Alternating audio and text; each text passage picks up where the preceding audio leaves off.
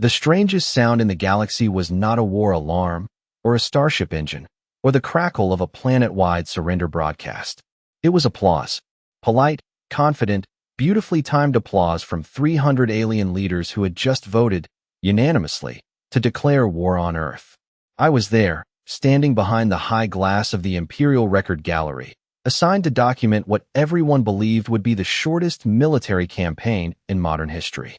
The chamber below glittered like a jewel box built by people who had never lost anything important. Marble white floors, floating banners, a ceiling that displayed every conquered world in soft blue light, as if domination could be made tasteful with the right color palette. At the center of it all stood Ryan Cole, the human delegate, wrists held in diplomatic restraints, jacket torn at one shoulder, face calm enough to make the room uncomfortable if anyone had been wise enough to notice. They were not. They were too busy congratulating themselves. Admiral Viacor Threx raised 4 silver hands and let the applause roll over him like music. "Citizens of the Concordant Rim," he announced, his voice spreading through the translators with ceremonial warmth. "Today we end the human question." More applause. Someone laughed.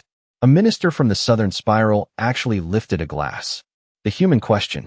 That was what they called 8 billion people on a blue world 93 million miles from its sun. A question. A delay.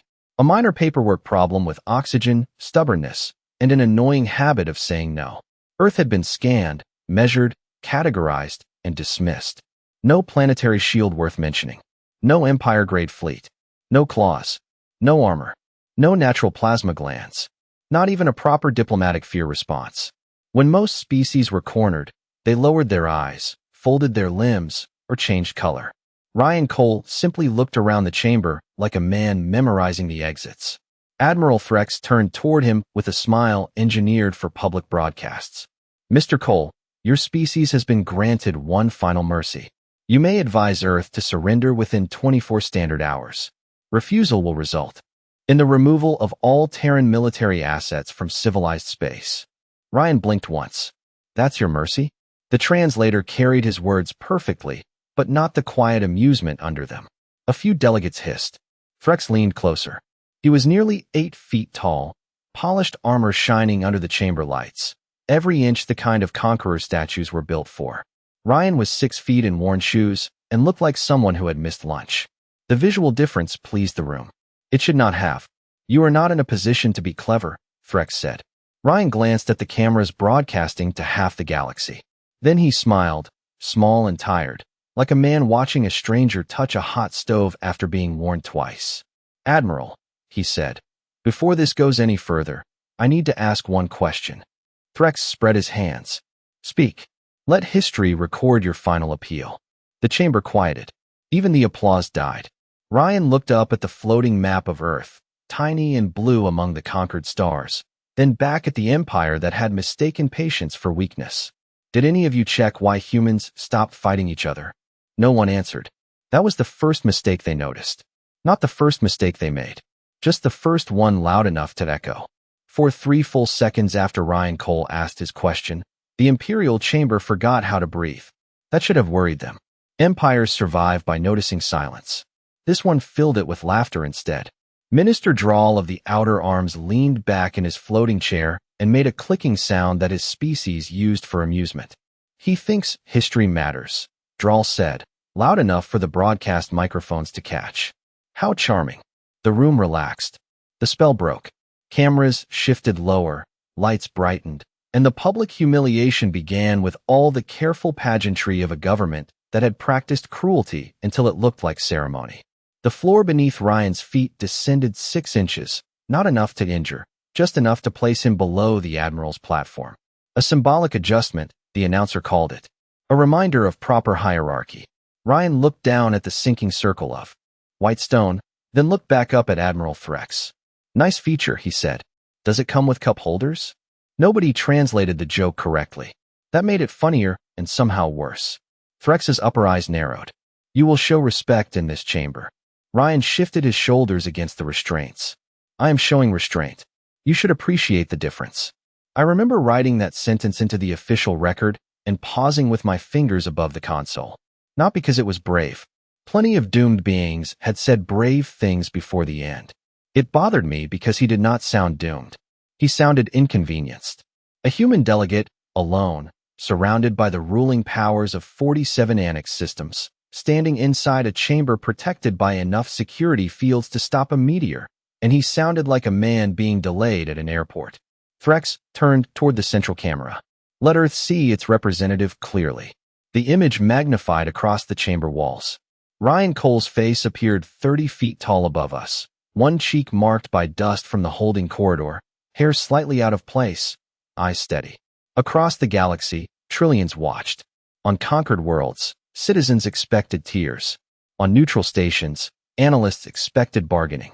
On Earth, according to our intercepted feeds, humans had gathered in homes, bars, fire stations, military bases, farmhouses, school gyms, and church basements. They watched silently. That was another detail we misunderstood. Most species panic loudly. Humans go quiet first. Threx stepped into the broadcast frame. People of Earth, your delegate has been treated with dignity. His continued comfort depends entirely on your cooperation. Ryan turned his head just enough to face the lens. For the first time, his expression changed. Not fear, not anger, something smaller, more personal. Mom, he said gently, turn this off before Dad starts yelling at the television. A ripple moved through the alien audience. Confusion, mostly. Maybe irritation. I felt something else. A cold, unpleasant question forming in the back of my mind. What kind of species makes family jokes during an extinction ultimatum? Threx did not. Like losing control of his own broadcast. His voice hardened. You will address your government and advise surrender. Ryan inhaled slowly. Then he gave the Admiral a look so calm it felt almost impolite. No, he said. One word. No speech. No trembling appeal. No diplomatic escape route. Just no. The chamber erupted at once. Voices overlapping. Translators stuttering. Officials demanding order. Threx raised his hands and shouted for silence. Ryan waited through all of it, patient as stone. When the noise finally faded, he looked around the room, measuring every balcony, every guard post, every door, every camera angle. Then he smiled again, and this time even the bravest delegates stopped laughing. You still think I am the prisoner, he said. That is adorable. The problem with our assessment of humanity was not that the data was wrong. The problem was that we were too arrogant to understand what the data meant. After Ryan Cole called the entire Imperial Chamber adorable, the analysts did what nervous officials always do when reality becomes uncomfortable. They opened files. Thousands of them. Medical scans, cultural reports, battlefield models, agricultural records, entertainment archives, school safety manuals, every scrap of information the Concordant Rim had stolen from Earth and dismissed as primitive noise. On the main wall, Ryan's image shrank and was replaced by a rotating model of his home world, blue oceans, white clouds, green continents, one small moon, one yellow star 93 million miles away. It looked peaceful from orbit. That was the trick. Earth always looked peaceful from far away. Chief biologist Mara Vaughn stepped onto the lower platform with the stiff confidence of someone who believed a chart could defeat a man. She was tall, silver-skinned, and famous for classifying dangerous species before breakfast. Her voice entered the broadcast smooth and cold. Human physiology is unimpressive by galactic military standards. No external plating, limited natural weapons, a single primary heart, a narrow visual range, soft tissue vulnerability, average adult mass between 100 and 300 pounds, lifespan short, reproductive, rate moderate, pain tolerance inconsistent. Several delegates relaxed as she spoke. There it was. Science had arrived to rescue their pride. Mara expanded the chart and showed Ryan's skeletal frame in pale white lines. Their bones are calcium-based. Their skin is thin. Their claws are decorative. Their teeth are inefficient for combat. Their infants are helpless for years.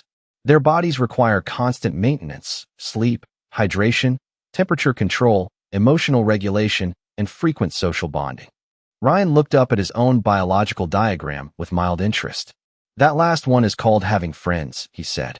Mara ignored him. Conclusion. Humanity is adaptive, but not inherently dominant. The chamber loved that sentence. It sounded official. It sounded safe.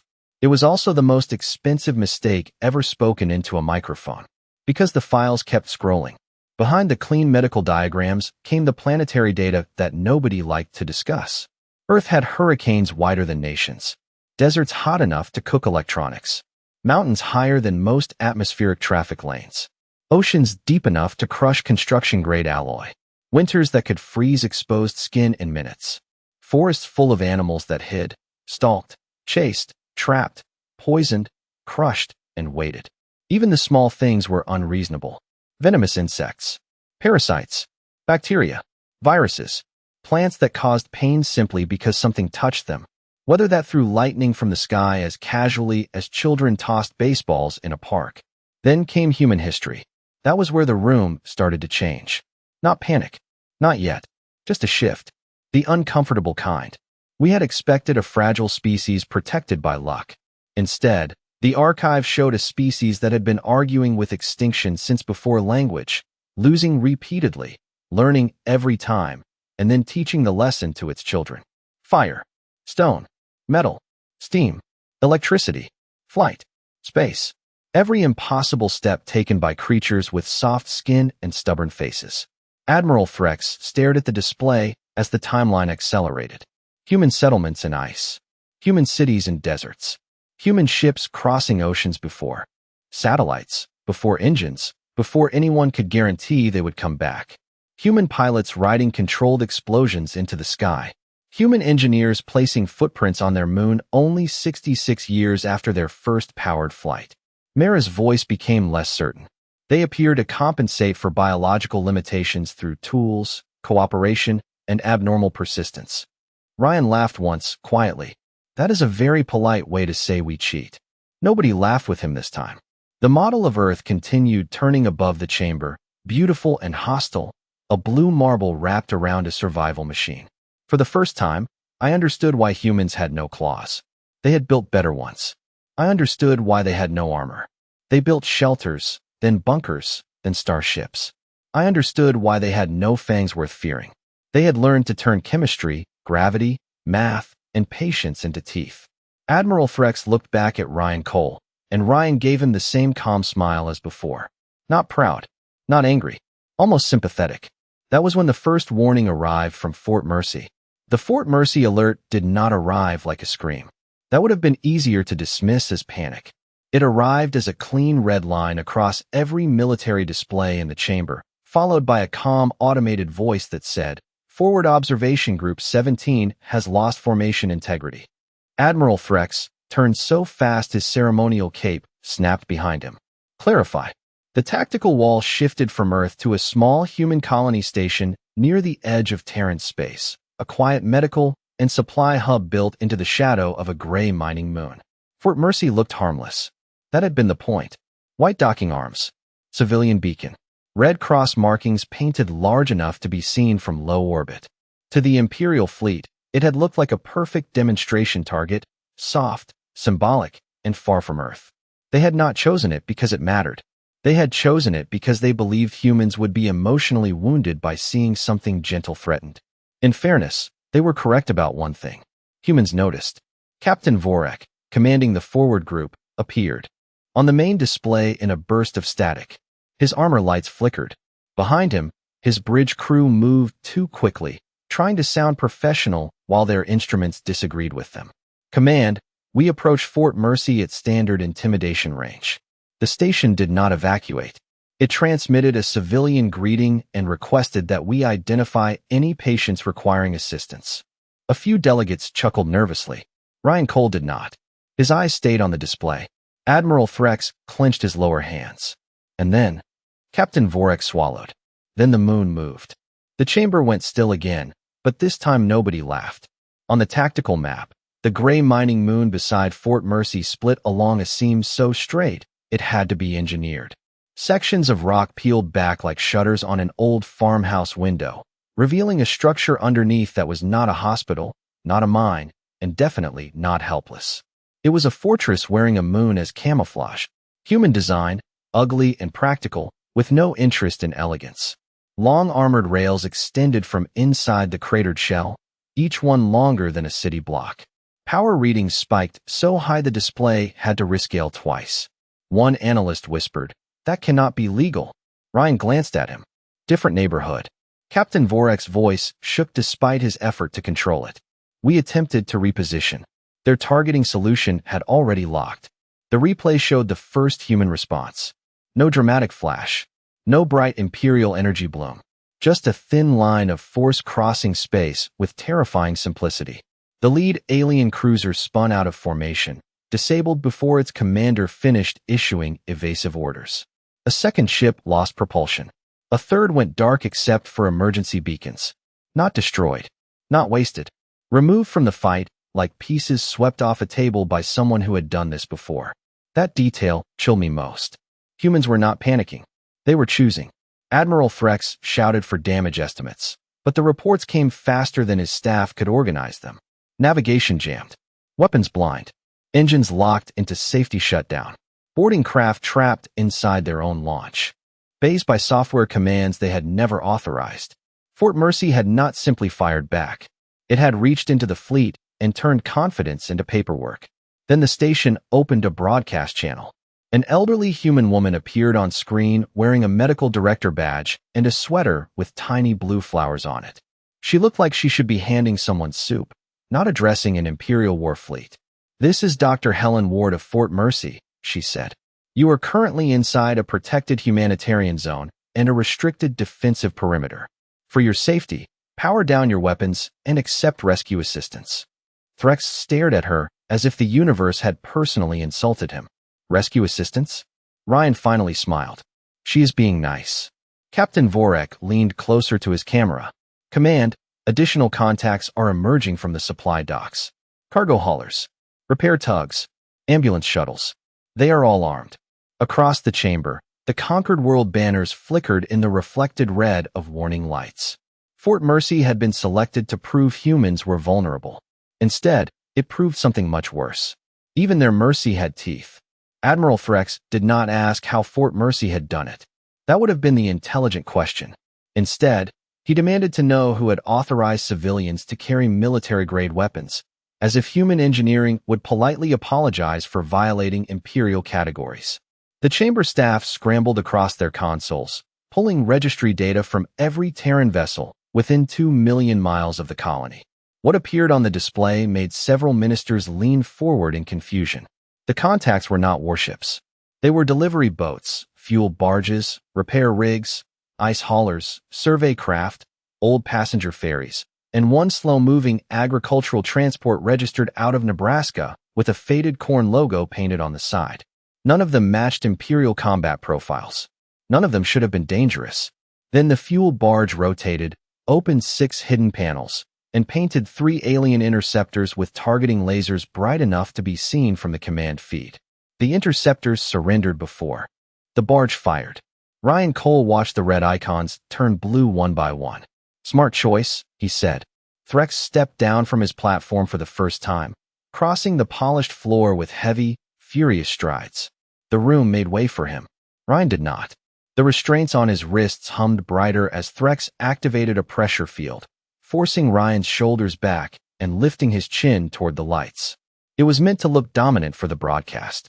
It only made the human look more bored. "How many fleets does Earth have hidden?" Threx asked. Ryan looked past him at the tactical display, where another cargo tug had just pinned an alien corvette inside a maintenance tractor beam and politely requested its captain stop moving. "Fleets," Ryan said. "That is the part you are not getting." Threx's voice dropped into a threat so cold even the translators softened it. "Explain." Ryan smiled without humor. "You came looking for our Navy. You should have been looking at our habits." On the wall, the civilian ship registry kept expanding. Private vessels, industrial platforms, emergency shelters, research stations, mining drones, construction frames. Even small habitat rings that had been listed as retirement communities were now broadcasting encrypted defense signals. The Empire had assumed weapons belonged to soldiers because in most civilizations, they did. Humans were different. Humans had grown up on a planet where storms did not wait for permission, where distance could kill, where machines broke at the worst possible moment, and where help might be 200 miles away on a frozen road in January. So they built backups. Then backups for the backups. Then someone in a garage improved the backup because the first two looked too expensive. Admiral Threx stared as a human rescue shuttle deployed shield nets around damaged alien escape pods, while simultaneously jamming the weapons of the ships that had launched them. "That is a medical craft," he said. Ryan nodded. "Yes. It has countermeasure systems." "Also yes." "Why?" Ryan finally looked at him. "Because sometimes the ambulance has to reach people during a tornado." Nobody in the chamber understood the comparison, but they understood the tone. Practical, casual, obvious. As if arming a rescue vehicle against an empire was no stranger than keeping jumper cables in a pickup truck. The first true tremor of fear moved through the room then, not because humans had hidden an army, but because they had not needed to. Their entire civilization had been built by people who expected trouble, prepared for worse, and taught ordinary citizens to handle both before breakfast. Threx forced his hand still. "You expect us to believe every human vessel is a weapon?" Ryan shook his head. "No, Admiral. I expect you to figure out that every human is a problem solver." At that exact moment, the agricultural transport from Nebraska finished its slow turn, locked its antique mining laser onto the Imperial Command relay, and disabled the fleet's long-range communications with one clean pulse. Somewhere on Earth, I imagined an old farmer sipping coffee and saying it still worked fine. The loss of long-range communications did something no human weapon had managed to do yet. It made the Empire look inward and realize how much of its courage had been borrowed from the assumption that help was always one command away. The Imperial Chamber became a nest of overlapping voices, officers calling for signal restoration, ministers demanding private evacuation routes, analysts insisting the Nebraska transport had to be a disguised military asset because pride is stubborn even when the evidence is on fire. Ryan Cole listened to all of it with the patience of a man waiting for popcorn in a movie theater. Admiral Threx pointed at the tactical wall. "Those are not civilians." Ryan tilted his head. "They pay taxes, complain about fuel prices, and name their ships after dogs. That is pretty civilian." The display shifted again as Fort Mercy's defensive perimeter expanded across the sector like a fishing net thrown by someone who knew exactly where the fish would panic. Alien ships tried to scatter. That was the third mistake. Human craft did not chase like Imperial fighters. They herded. A repair tug named Second Chance drifted sideways on maneuvering jets, caught a corvette in a magnetic cradle, and guided it gently but firmly into a safe shutdown lane marked by blinking yellow lights. A water hauler from Arizona vented a cloud of ice crystals that confused alien sensors and turned their perfect formation into a polite traffic jam. A ferry full of off-duty engineers used its docking clamps to pin an interceptor against a maintenance buoy until its captain agreed to power down. It was not elegant. It was worse. It was practical. Every human vessel moved like it had been built by someone who had fixed a tractor in the rain, changed a tire on the shoulder of a highway, and learned that the right tool was whatever happened to be within reach. Captain Vorek's surviving feed returned in broken flashes. "Command, they are coordinating without central command." "Repeat, no central command detected. Local vessels are acting independently." That sentence scared the military officers more than any explosion could have. Imperial doctrine depended on hierarchy. Cut off the head, confuse the limbs. Humans apparently had too many heads, and several of them were arguing over open channels about who had the better angle. One voice drawled in a thick southern accent. "I can nudge him left if Mary Sue can blind his aft sensors." Another replied, "Do not scratch the paint, Carl. That station owes me money." A third voice, younger and cheerful, said, "My grandma says tell the shiny ones to park it, or she is bringing out the big magnet." The translators carried every word into the chamber. Nobody understood the slang. Everyone understood the confidence. Then the civilian counterattack reached the Imperial support line. Supply drones that had pretended to be debris lit up in perfect sequence, not attacking crews, not breaking ships, just locking engines, freezing weapons ports, and flooding command decks with thousands of pages of mandatory surrender instructions written in plain English, Spanish, Mandarin, and something labeled simplified lawyer. The Empire had prepared for terror. Humanity brought logistics. Within minutes, alien vessels that had crossed the sector as conquerors were drifting in neat rows with rescue lights attached to their hulls and human tow craft guiding them toward holding zones. Fort Mercy kept broadcasting calm medical advisories while its hidden defenses controlled the battlefield with the relaxed efficiency of an emergency room on a busy Friday night. Admiral Threx watched his forward group become organized, cataloged, and parked by civilians. His 4 hands slowly lowered. Ryan Cole leaned closer, voice quiet enough that only the nearest microphones caught it. "You keep looking for our war face, Admiral. This is not it. This is just how we handle a bad day."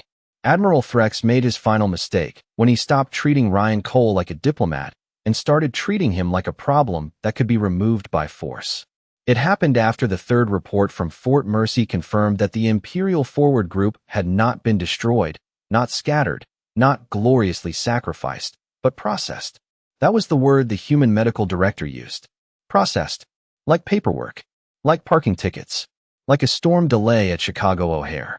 The surviving ships were powered down in clean rows, their crews escorted into climate-safe holding bays, their wounded treated, their officers handed printed instructions and hot drinks because humans apparently brought hospitality to a battlefield and somehow made it feel insulting.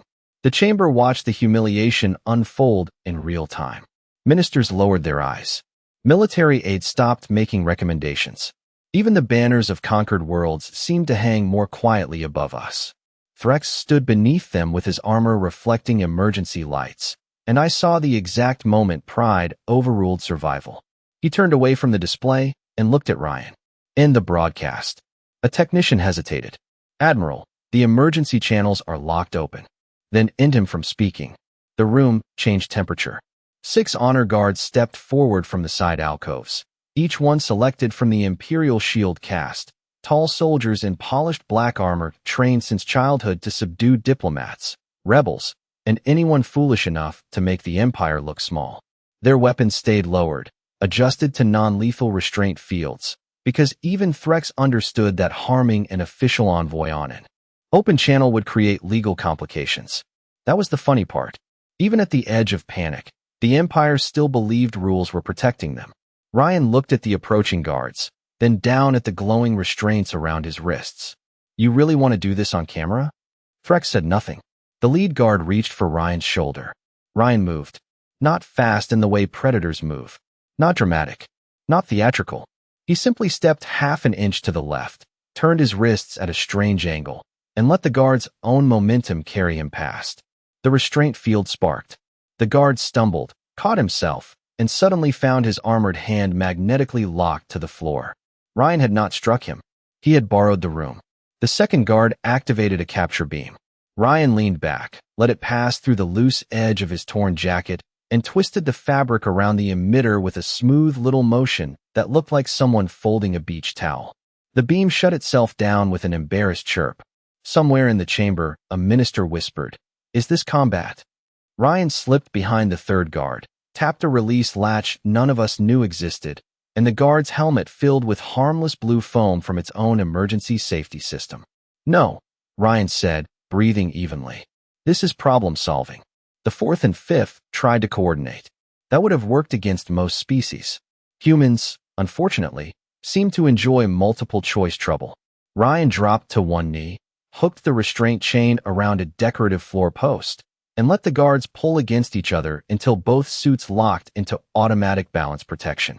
They froze upright, unharmed, furious, and completely unable to move without administrative override. The final guard stopped 3 feet away. Smartest soldier in the room. Ryan stood, adjusted his sleeves as well as a man in restraints could, and looked at Threx. "I warned you about the next part." Threx reached for his personal command blade, ceremonial, beautiful, and absolutely useless against a species that had turned farming equipment into fleet control systems. Before he could raise it, the chamber lights dimmed. Once. Not a blackout. A correction. Every door sealed. Every camera focused. Every translation channel cleared. Ryan's restraints clicked open and dropped to the floor. He caught them before they made a sound. On the main display, Fort Mercy vanished, replaced by a new signal source much closer. Inside the Imperial chamber itself, Ryan looked up at the nearest camera and smiled like a man finally done being polite. "Hello, Earth," he said. "I am in." Every screen in the Imperial chamber changed at once, and for the first time in the history of the Concordant Rim, Earth looked back through the Empire's own cameras. Not as a target, not as a primitive blue dot waiting for judgment. As an audience, thousands of human feeds unfolded across the walls, living rooms in Ohio, command centers under Colorado granite, fishing boats off Maine, classrooms in Texas, a firehouse in Queens where firefighters stood shoulder to shoulder with coffee cups in their hands. Nobody cheered. Nobody panicked. They watched Ryan Cole with the quiet attention of people who had been told to wait for the signal. Admiral Threx understood it 1 second too late. "You were not captured," he said. Ryan rubbed one wrist where the restraints had left a red line. "No, I was invited loudly." The chamber doors remained sealed, but the human had not trapped us. That was the terrifying part. Exit paths opened on every wall. Medical lights activated. Emergency instructions appeared in clear, polite text. "Please remain calm. Please move away from armed personnel. Please do not interfere with safety operations." The Empire had locked prisoners in cages for centuries. Humanity had taken control of the room and immediately created an evacuation plan. Threx lifted his command blade anyway. Pride is not brave. Pride is just fear wearing armor. The Admiral lunged forward, faster than I expected for someone his size, and the entire chamber gasped. Ryan did not retreat. He stepped inside the movement, placed one hand on the Admiral's wrist, and turned. Not with rage, not with effort, with the clean, practiced motion of a man opening a stubborn jar. The blade clattered across the floor, skidded in a circle, and stopped beside a terrified minister's chair.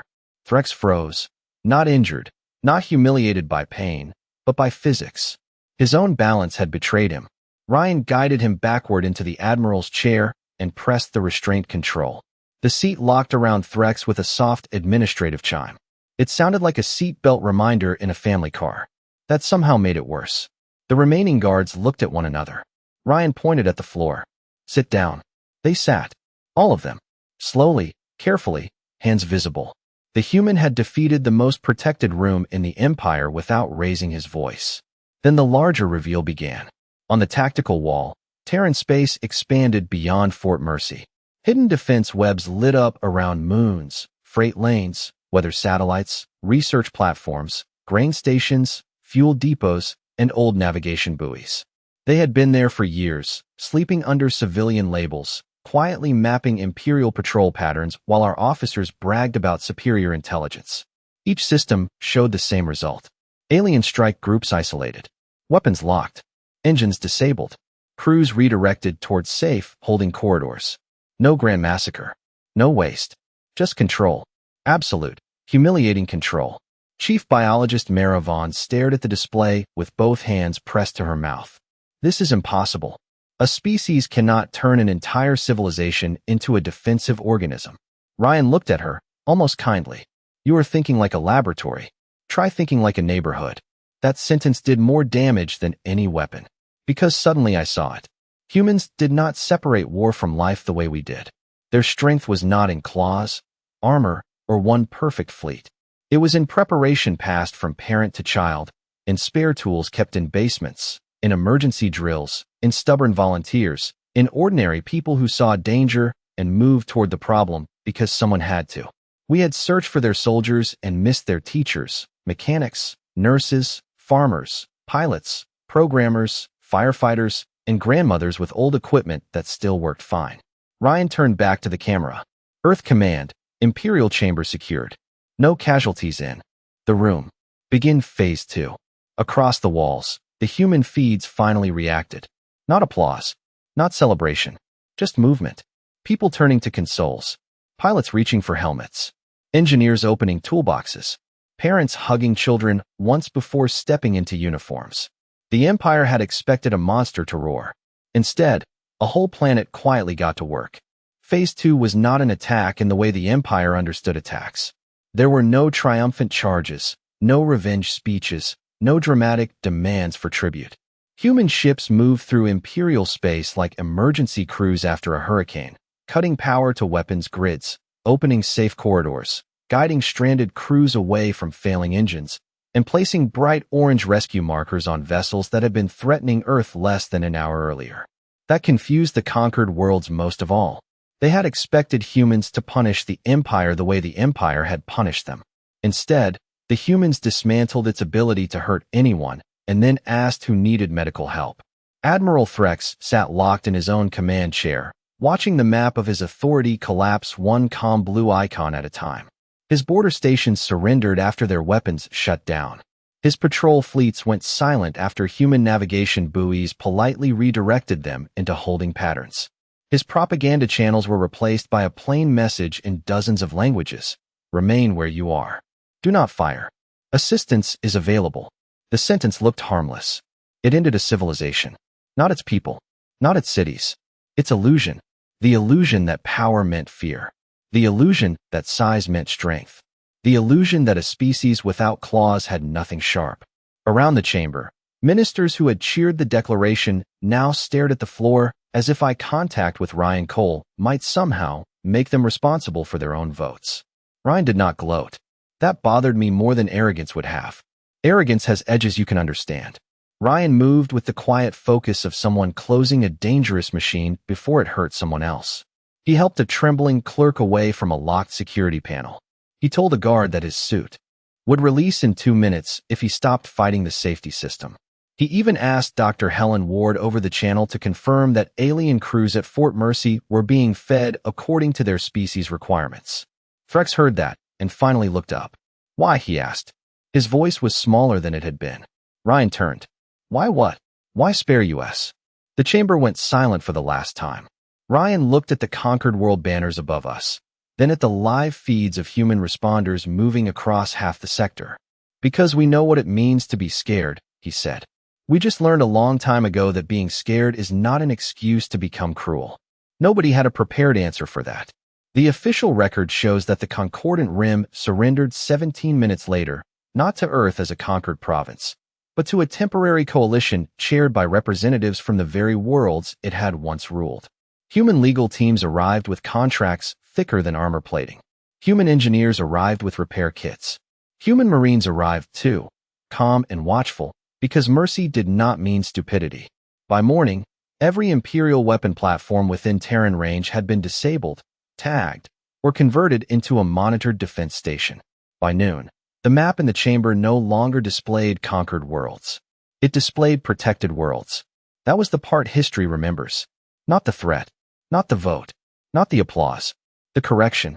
Years later, when I teach cadets about first contact with humanity, I do not show them the tactical replay first.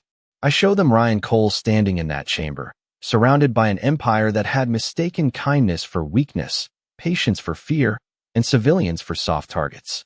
Then I show them what happened after the empire struck first. I tell them Earth is not a sleeping giant. Giants wake slowly. Earth is a neighborhood where every porch light turns on at once when trouble comes down the street. And in the updated galactic atlas, beside that small blue planet 93 million miles from its sun, there is no skull symbol, no hazard flame, no imperial warning mark. Just 6 simple words written in every major language. Do not threaten them. They remember.